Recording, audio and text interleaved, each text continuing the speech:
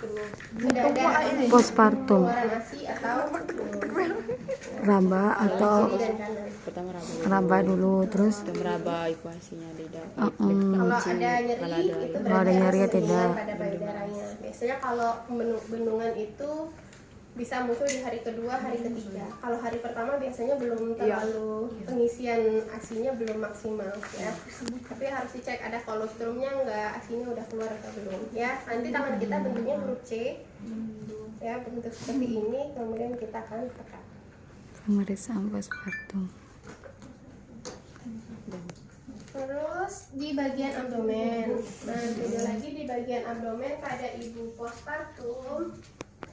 Nggak ada Yo, lembut. yo. Nah, tapi nanti kita akan Tarik cek ini. di abdomennya. Tarik mana? Ini Nah, involusi uteri.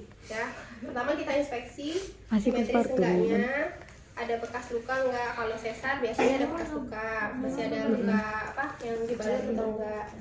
Kemudian kita kalau dia normal, kita akan ngecek involusi uteri. Apa involusi uteri?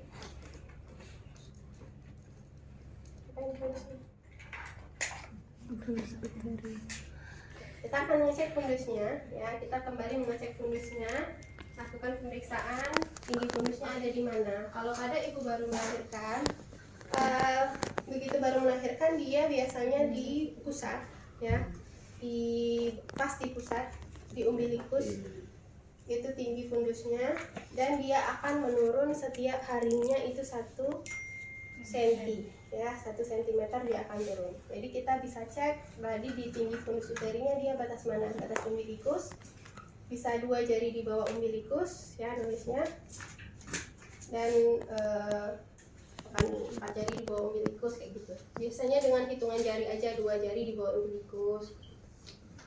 Kemudian itu untuk involusi uteri, penurunan uterusnya itu batas mana ya. Kemudian cek posisi dari uterusnya. Nanti setelah kita melakukan pemeriksaan pada fundus ya, pemeriksaan pada fundus ini kita akan mengecek puncak fundusnya itu di mana. Normalnya dia ada di tengah ya, kalau dia ada di kiri atau di kanan itu kemungkinan kandung kemihnya penuh. Nanti kita cek kandung kemihnya.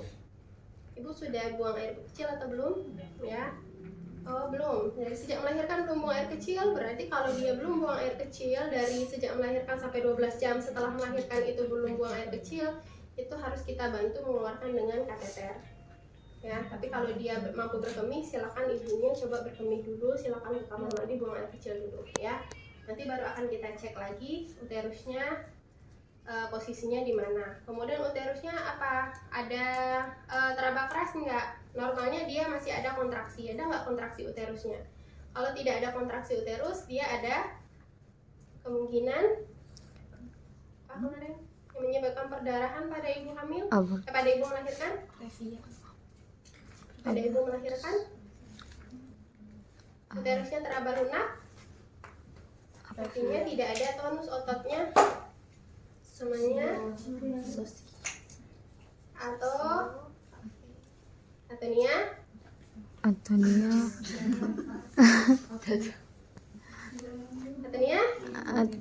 apa?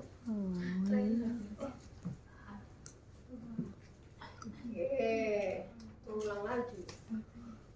Atonia uteri. Antonia arteri. Itu yang menyebabkan risiko terjadinya perdarahan postpartum. Makanya kita harus cek dari pemeriksaan fisiknya, tonus ototnya ada nggak, uterusnya berkontraksi atau tidak. Kalau tidak ada, ini tandanya ibunya ada masalah pada tonus ototnya. Ya, terus raba ya. Ya, diraba. Kalau tonusnya nggak ada, teraba lunak, berarti kita bisa lakukan masas ya. Pijat dikit pada abdomennya, lakukan masas uterus. Oke, teraba ada kontraksi nggak? Seharusnya dia masih ada kontraksi. Habis itu kita akan mengecek diastasis rectus abdominis. Diastasis rectus abdominis itu adalah celah ya, celah yang muncul pada saat hamil. Kan dia terjadi pelebaran nih pada abdomen. Otot abdomen itu akan terjadi peregangan ya, akan terjadi peradangan antara otot abdomen kiri dan kanan. Dan di sini kita akan bisa merasakan adanya celah, ya, celahnya ada. Nah, ini dilakukan hanya pada ibu yang postpartum pervaginal atau yang normal. Kalau dia dengan sesar, tidak kita anjurkan untuk dilakukan pemeriksaan ini, karena dia akan memunculkan kontraksi dari abdomen. Nanti caranya ibunya kita minta, ya, jadi ibunya posisi berbaring gini, kemudian ibu bisa naik tegak agak tarik kepalanya, tundukkan kepalanya, ya. Dia harus menundukkan kepalanya sambil berbaring. Kalau dia posisinya gitu, biasanya abdomennya akan ada kontraksi. Nah, di situ kita bisa melihat berapa sentimeter celahnya, ya, panjangnya, dan berapa senti lebarnya. Berapa sentinya nanti bisa kita lihat celahnya itu pakai jari aja. Berapa jari? Misalnya 3 jari itu sekitar berapa senti? 2 atau 3 cm, 2 cm kah atau 3 cm. Kemudian panjangnya berapa senti nih, celahnya yang kita rasakan, ya. Nah, untuk mengatasi diastasis rectus abdominis ini biasanya ibu setelah melahirkan itu makanya dipasang korset, ya. Biar tidak. Atau apa lagi sih namanya? Ada korset, gurita. terus apa lagi, melingkar lebih banyak tuh apa? Apa lu Tahu. Belum pernah hamil. Korset aja. Ya, kalau umumnya sih korset atau dia Gurita. belum pernah gurita. Benar. Punya saraf nggak tahu ya. Terus ada apa ya? Ada tuh. Jadi dia kainnya panjang terus dililit. Biasanya pada orang-orang orang di Jawa ya, dia menggunakan itu. Oke, udah. Ini untuk diastasis rectus abdominis sama ke abdomennya. Kemudian kita akan cek juga auskultasinya, cek bising usus. Ya, Cek bising usus. di 4 kuadran 1 menit penuh. 4 kuadran. Berapa bising ususnya? 2, 3, 4. Sudah bising usus, kita ke genitalia. Kita akan meriksa area genitalia. Oke, di genitalia kita akan alasnya, kepalanya nggak ada ya? Nggak ada kepalanya ya? Apa ada yang Oke, pasang telak alas, kemudian kita buka celananya, kemudian yang pertama kita akan inspeksi. Di inspeksi itu kan ada biasanya setelah melahirkan itu ada darah nifas. Apa nama darah nifasnya? Darah nifasnya namanya darah kotor. darah kotor.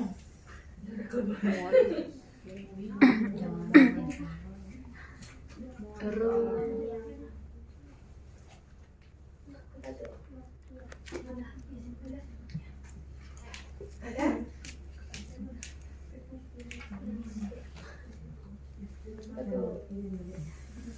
Aduh.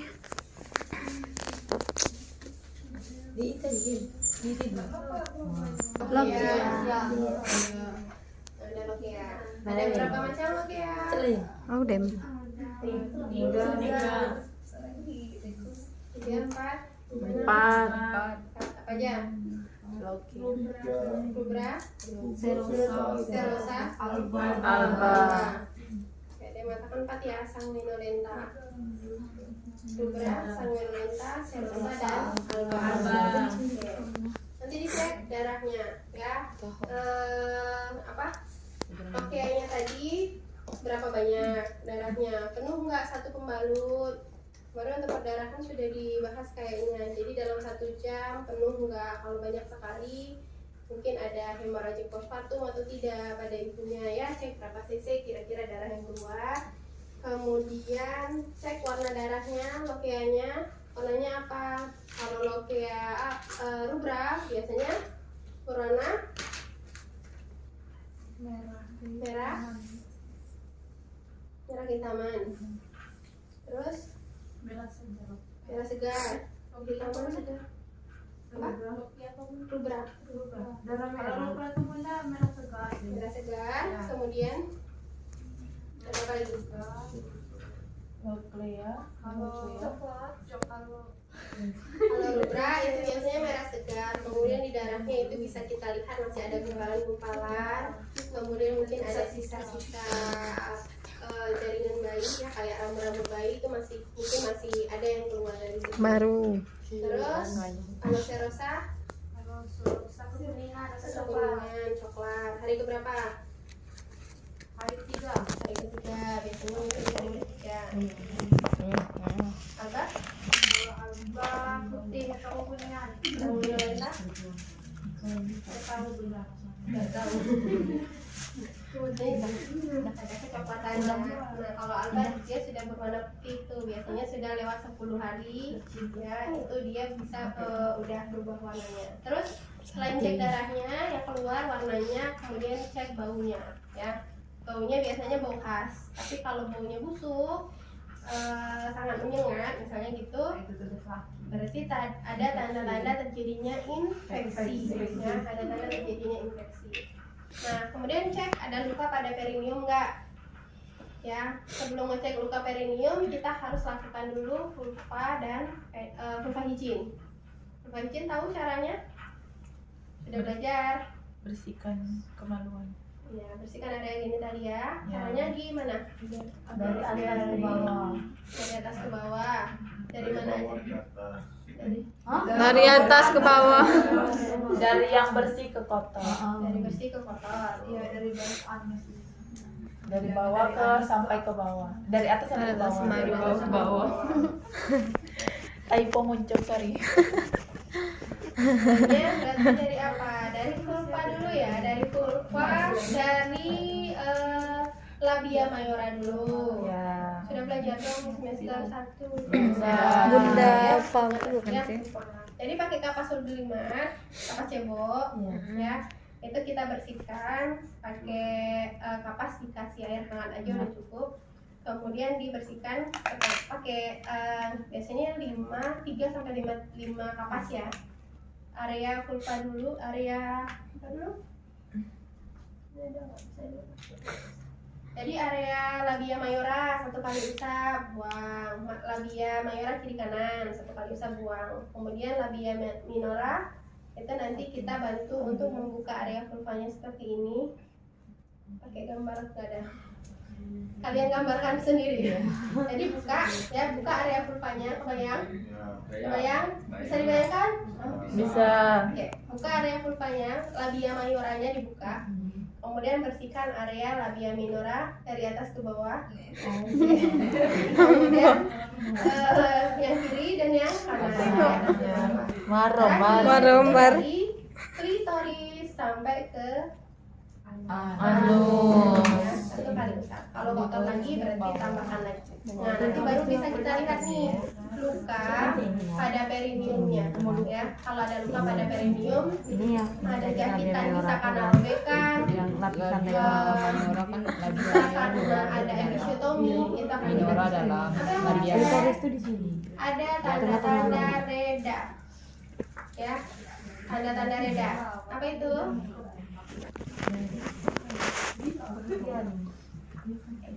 Jadi di bagian perineumnya harus kita cek nih, ada tanda reda enggak?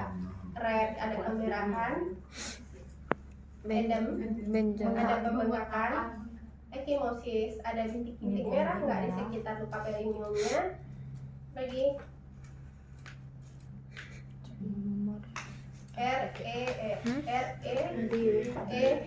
D-nya apa? Ada catatan Bunda Pau. D-nya discharge. Discharge apa? Di antara lukanya atau di antara jahitannya itu ada keluar cairan enggak? Ya, cairannya bisa karena plasmanya, mungkin ya, atau karena ada pus atau nanah. Ya, di situ bisa dicek. Atau ada keluar cairannya apa darah? Kemudian terakhir ada A, yaitu approximate itu penyatuan jaringan. Kalau sudah dijahit biasanya jaringannya rapat. Kalau approximate-nya penyatuan jaringannya itu renggang, karena tadi biasanya kalau bengkak itu akan terjadi peregangan nih pada penyatuan lukanya. Ya, itu bisa menandakan adanya infeksi. Kalau ada tanda rednya ada merah.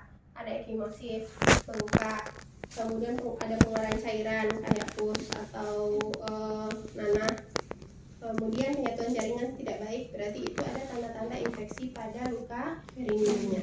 Ya, kalau nggak ada berarti tanda redanya infektif. Ya, tidak ada tanda-tanda infeksi. Tidak ada yang Kemudian minta ibunya miring lagi. Ya. dapat. Posisi SIM, kita akan cek bagian anusnya. Kemudian itu kita mau lihat ada hemoroid atau tidak. Ya. Dem. Sudah, kalau sudah kita lakukan luka higien sama luka higiennya, cek lukanya. Terus nanti kalau pembalutnya kotor kita bantu ibunya pasang pembalut lagi. Ya, angkat lagi celananya, pasang pembalut. Kemudian kita akan cek bagian ekstremitas. Ekstremitas tangan cek sama ya, ada pembengkakan enggak. Kemudian sapiral level juga bisa kita cek ya.